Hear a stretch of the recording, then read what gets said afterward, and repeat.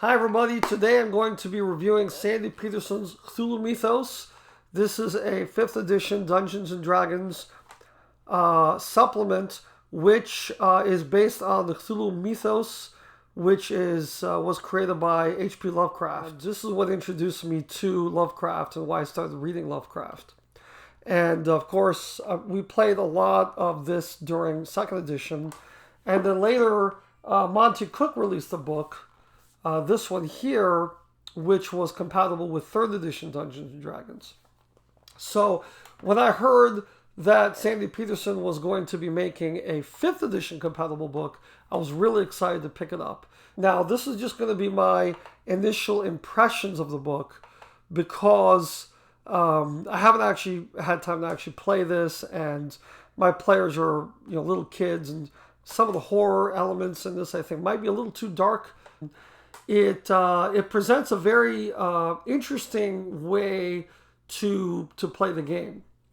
It basically says avoid using terminology like hit points and armor class and damage. It also says perhaps to make your dice rolls behind a table so that the players don't really know what they need to roll. They don't maybe even know what their hit points are.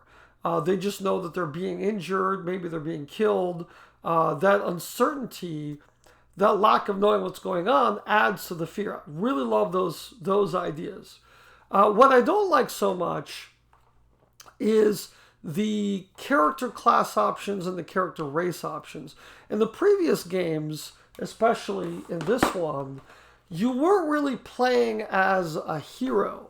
You were playing more as a character that you might see in one of Lovecraft's stories, typically as a scientist or an investigator or a private eye. It had a very sort of 1930s, 40s, 50s black and white sort of like those old black and white horror movies, where there's a giant tarantula walking over some toy cars. But in this book, some of the character classes you play is like you can play as a cat called a Dreamlands cat.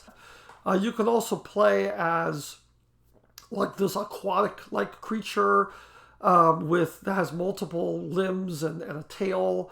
And you can also play as a ghoul. There's two problems I have with that. One is I don't think a lot of people would necessarily want to play as a ghoul or as a cat.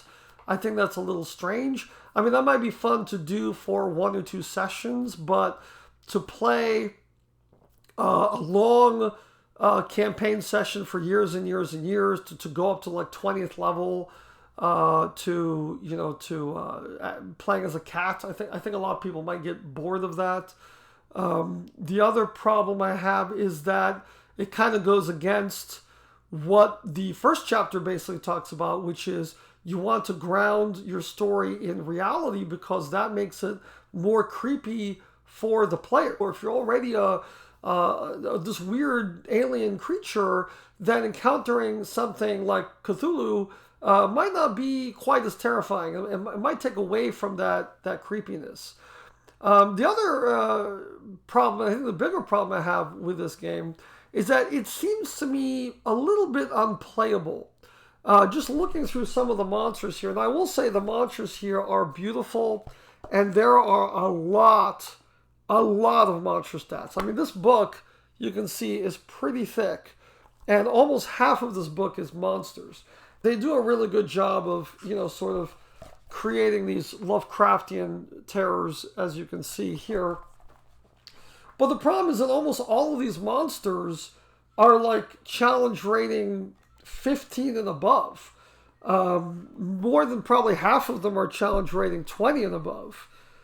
They're beyond, even what a, seasoned group of D&D heroes would be able to challenge.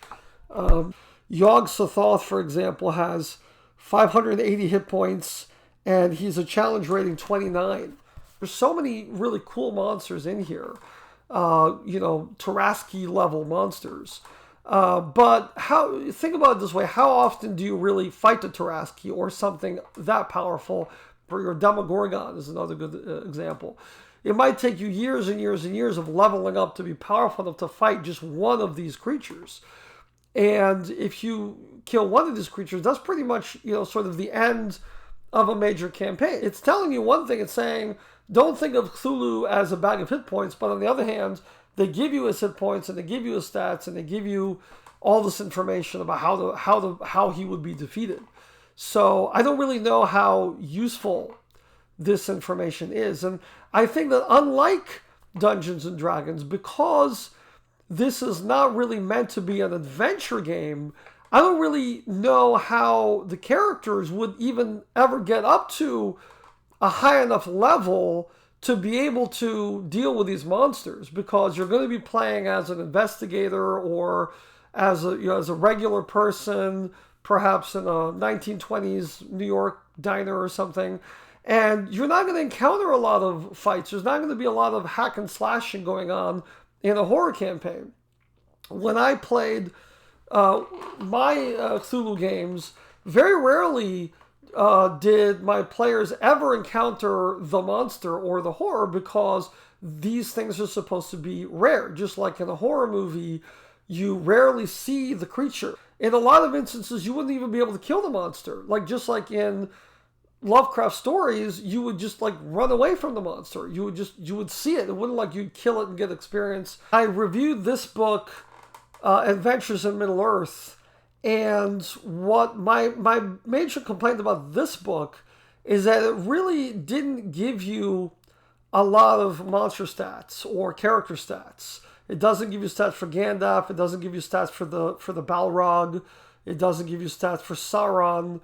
And I really didn't understand why. And I guess it's because they wanted to sort of maintain the story elements that Tolkien had originally written down. So basically, they thought, well, since Tolkien never wrote about any heroes, killing Sauron, that's not part of the Tolkien myth. That shouldn't be an option for the players. And I really didn't understand that. I always felt like, well, if that's something the players want to do, if that's something the Dungeon Master wants to do, if he wants to create this alternate history within the Tolkien mythos, I think that should be up to the players. And so I really didn't understand, why we don't get stats for Gandalf, we don't get stats for the Balrog, we don't get stats for anybody. But in this book, you get stats for everybody. And it doesn't really make any sense. I feel like the way that this book was written and the way this book was written should be swapped.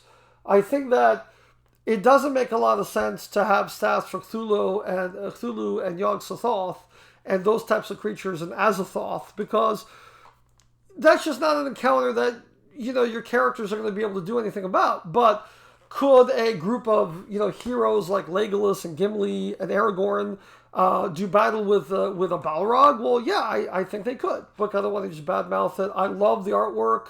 I love how detailed it is. There's a lot of information here, a lot of great information about the world, about the dreamlands, about the cults, about what the cults believe.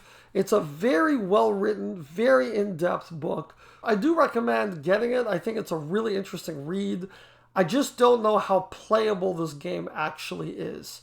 If you've played the Cthulhu Mythos game and if you've found it interesting and found it playable, found a way to play it, I would love to hear about it. You can mention something in the comments. So thanks for watching.